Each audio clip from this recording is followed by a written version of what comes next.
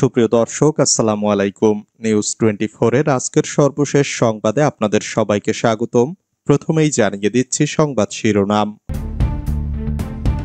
কথা বললে রিমান্ড বাড়ে, হাত পেছনে নিয়ে হ্যান্ডকাপ দিয়ে আটকে রাখে আদালতে, যা বললেন পলক।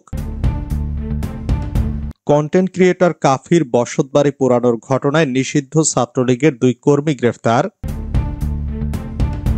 রাস্তায় দাঁড়ানো নারীদের পেটানো সেই রাসেল গ্রেফতার। ধর্ষণ মামলার আসামির আইনজীবী ও ছাত্র জনতার সংঘর্ষ, আহত 8। চুরি করতে এসে ধরা পড়া যুবক বলল এক নারীকে ধর্ষণের পর হত্যা করেছে। হাবিবুল্লাহ বাহার কলেজের উপাধ্যক্ষকে কুপিয়ে হত্যা। শ্রমিকদের মহাসড়ক অবরোধ, পুলিশের 13 সদস্য সহ আহত 35। নেতৃত্বের ওপর বিএনপির হামলা, জামায়াত আমিরের ক্ষোভ। এতক্ষণ শুনছিলেন সংবাদ শিরোনাম। পুরো খবর পেতে ভিডিওটি শেষ পর্যন্ত দেখুন। সর্বশেষ সংবাদ পেতে চ্যানেলটি সাবস্ক্রাইব করুন। এবার বিস্তারিত। আদালত প্রাঙ্গণে পলক বললেন, ধর্ষণের বিরুদ্ধে জেগে ওঠো বাংলাদেশ। দুদকের মামলায় আদালতে হাজিরা শেষে প্রিজন ভ্যানে নেওয়ার সময় সাবেক আইসিটি প্রতিমন্ত্রী জুনায়েদ আহমেদ পলক বলেছেন, অগ্নিঝরা মার্চে ধর্ষণের বিরুদ্ধে জেগে ওঠো বাংলাদেশ, রুখে দাঁড়াও বাংলাদেশ, জয় বাংলা বলে আগে বাড়ো, জেগে ওঠো আবারও। আজ সোমবার দুর্নীতি দমন কমিশনের করা জ্ঞাত আয় বহির্ভূত সম্পদ অর্জনের অভিযোগে করা মামলায় হাজিরা দিতে এসে সাংবাদিকদের উদ্দেশ্যে এসব কথা বলেন তিনি। এ সময় এক সাংবাদিক প্রশ্ন করেন, কারাগারে থেকে রোজা রাখতে কষ্ট হচ্ছে কিনা। এ প্রশ্নের উত্তরে তিনি বলেন, না, রোজা রাখতে কষ্ট হচ্ছে না, রিমান্ডেই রোজা শুরু হলো এবার।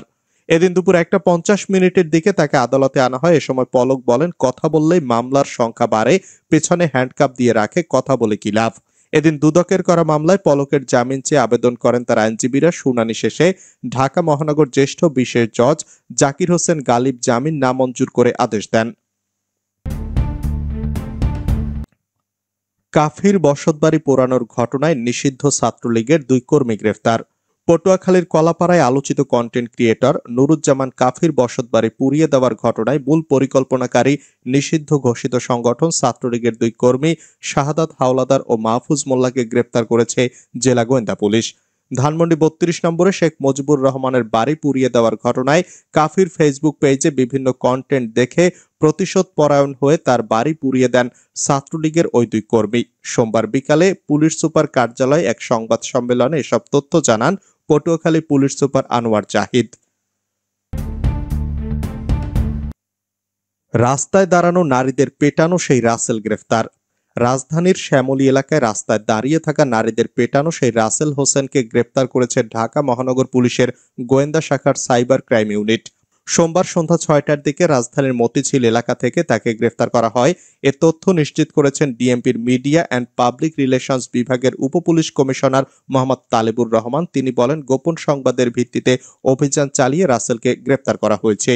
উল্লেখ্য, সম্প্রতি সামাজিক যোগাযোগ মাধ্যমে ভাইরাল হওয়া একাধিক ভিডিওতে দেখা যায় রাসেল শ্যামলী স্কয়ার এলাকায় নারীদের উদ্দেশ্যে অবমাননাকর মন্তব্য করেন এবং সহিংস আচরণ করেন।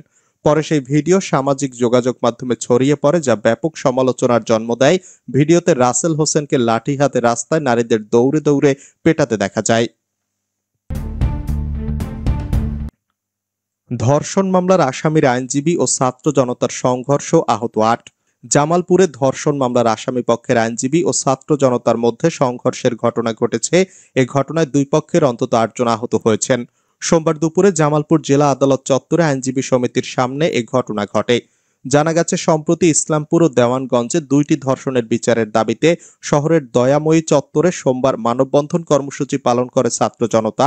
মানববন্ধন শেষে ওই ধর্ষণ মামলা 2টির আসামির পক্ষের আইনজীবীদের সঙ্গে কথা বলতে আদালত প্রাঙ্গণে যায় তারা। এ সময় অভিযুক্ত এক আসামির বয়স কম দেখানোর বিষয়ে আইনজীবীর সঙ্গে ছাত্র জনতার বাকবিতণ্ডা শুরু হয়। এক পর্যায়ে 2 পক্ষের মধ্যে সংঘর্ষ ও ধাওয়া পাল্টা ধাওয়ার ঘটনা ঘটে। সংঘর্ষে সিনিয়র আইনজীবী খলিলুর রহমান, আইনজীবী সমিতির সহসভাপতি আব্দুল আউয়াল ও শাহজাহান আলী ও ছাত্র সহ 2 পক্ষের 8 জন আহত হন। তারা জামালপুর জেনারেল হাসপাতালে চিকিৎসাধীন রয়েছেন।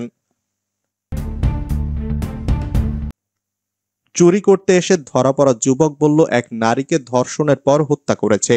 পঞ্চগড়ের আটোয়ারীতে গত শনিবার রাতে এক বাড়িতে ইজি বাইক চুরির সময় স্থানীয়দের হাতে ধরা পড়ে রিফাত বিন সাজ্জাদ নামের এক যুবক। পরে তাকে পুলিশে দেওয়া হয়। জিজ্ঞাসাবাদে পুলিশের কাছে স্বীকার করে 53 দিন আগে এক নারীকে ধর্ষণের পর হত্যা করেছে সে। গ্রেফতার রিফাতের বাড়ি পঞ্চগড়ের বোদা উপজেলার মাঝগ্রাম এলাকায়। সে ওই এলাকার আক্তার হোসেনের ছেলে। সোমবার দুপুরে পঞ্চগড়ের পুলিশ সুপার মিজানুর রহমান মুন্সি তার কার্যালয়ে সংবাদ সম্মেলনে এসব তথ্য জানান। হাবিবুল্লাহ বাহার কলেজের উপাধ্যক্ষকে কুপিয়ে হত্যা। রাজধানীর উত্তরখানে একটি ভাড়া বাসায় হাবিবুল্লাহ বাহার কলেজের উপাধ্যক্ষ মোহাম্মদ সাইফুর রহমান ভূঁইয়াকে কুপিয়ে হত্যা করা হয়েছে বলে জানিয়েছে পুলিশ। আজ সোমবার সেহরির সময় এই ঘটনা ঘটে বলে নিশ্চিত করেছেন উত্তরখান থানার ওসি জিয়াউর রহমান। তিনি বলেন, উত্তরখানের ওই ভাড়া বাসায় গত বছরের আগস্ট সেপ্টেম্বর থেকে ভাড়া থাকেন তিনি। গত কয়েকদিন আগে এক নারী ও তরুণকে ভাবি ভাতিজা পরিচয় বাসায় নিয়ে আসেন উপাধ্যক্ষ মোহাম্মদ সাইফুর রহমান ভূঁইয়া। সোমবার সেহরির সময় সাইফুল বাথরুমে গেলে সেখানেই তাকে এলোপাতাড়ি কুপিয়ে জখম করেন তারা। এরপর বাথরুমের দরজা বন্ধ করে পালিয়ে যান তারা। পরে রক্তাক্ত অবস্থায় বাথরুমের দরজা ভেঙে বের হয়ে বেলকুনিতে এসে চিৎকার করেন তিনি। তখন বাসার মালিক ও অন্য ভাড়াটিয়ারা তাকে উদ্ধার করে হাসপাতালে নিয়ে যান। সেখানে চিকিৎসক তাকে মৃত ঘোষণা করেন। শ্রমিকদের মহাসড়ক অবরোধ, পুলিশের 13 সদস্য সহ আহত 35। ময়মনসিংহের ভালুকায় বিভিন্ন দাবিতে মহাসড়ক অবরোধে কেন্দ্র করে শ্রমিক পুলিশের মধ্যে ধাওয়া পাল্টা ধাওয়া ও লাঠিচার্জের ঘটনা ঘটেছে। এতে কমপক্ষে 30 থেকে 35 জন আহত হয়েছে। আজ সোমবার দুপুরে উপজেলার হবিরবাড়ি ইউনিয়নের স্কয়ার মাস্টারবাড়ি এলাকায় ঢাকা ময়মনসিংহ মহাসড়কে শ্রমিক ও পুলিশের মধ্যে ধাওয়া পাল্টা ধাওয়ার ঘটনা ঘটে। পুলিশ স্থানীয় সূত্রে জানা যায়, এল স্কয়ার লিমিটেড নামের 6 দফা দাবিতে এল স্কয়ার কারখানার শ্রমিকরা আজ সোমবার দুপুর 1টায় ঢাকা ময়মনসিংহ মহাসড়কে নেমে এসে এবং অবস্থান নেয়। এতে মহাসড়কে দীর্ঘ যানজট লেগে যায়। খবর পেয়ে শিল্প ও হাইওয়ে পুলিশ কারখানা কর্তৃপক্ষের সঙ্গে কথা বলেন। পরে কারখানা কর্তৃপক্ষের বরাত দিয়ে শ্রমিকদের 5 দফা দাবি মেনে নেওয়ার কথা জানায়, কিন্তু শ্রমিকরা মহাসড়কে অবস্থান করতে থাকে। এক পর্যায়ে শ্রমিক পুলিশের মধ্যে ধাওয়া পাল্টা ধাওয়া ও ইটপাটকেল নিক্ষেপের ঘটনা ঘটে। পরে পুলিশ লাঠিচার্জ ও টিয়ার শেল নিক্ষেপ করে শ্রমিকদের ছত্রভঙ্গ করে দেয়। এতে শিল্প পুলিশের এসপি, এএসপি সহ 13 পুলিশ সদস্য এবং কমপক্ষে 25 শ্রমিক আহত হন। নেতৃত্বের উপর বিএনপির হামলা, জামায়াত আমিরের ক্ষোভ।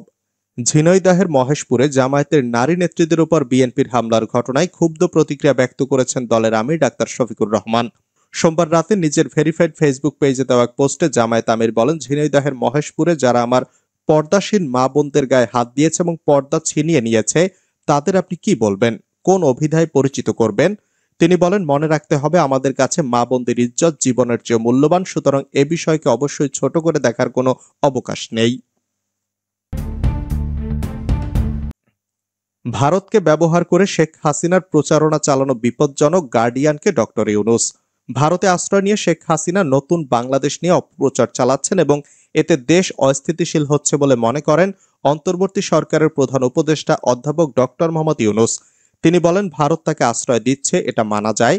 ভারতকে ব্যবহার করে আমরা যা যা করছি তা নষ্ট করার প্রচারণা চালাতে দেওয়াটা বিপজ্জনক, এটি দেশকে অস্থিতিশীল করে তোলে। ব্রিটিশ গণমাধ্যম দ্য গার্ডিয়ানের সাংবাদিক হান্না এলিস পিটারসেনকে দেওয়া এক সাক্ষাৎকারে এসব কথা বলেন ডক্টর ইউনূস।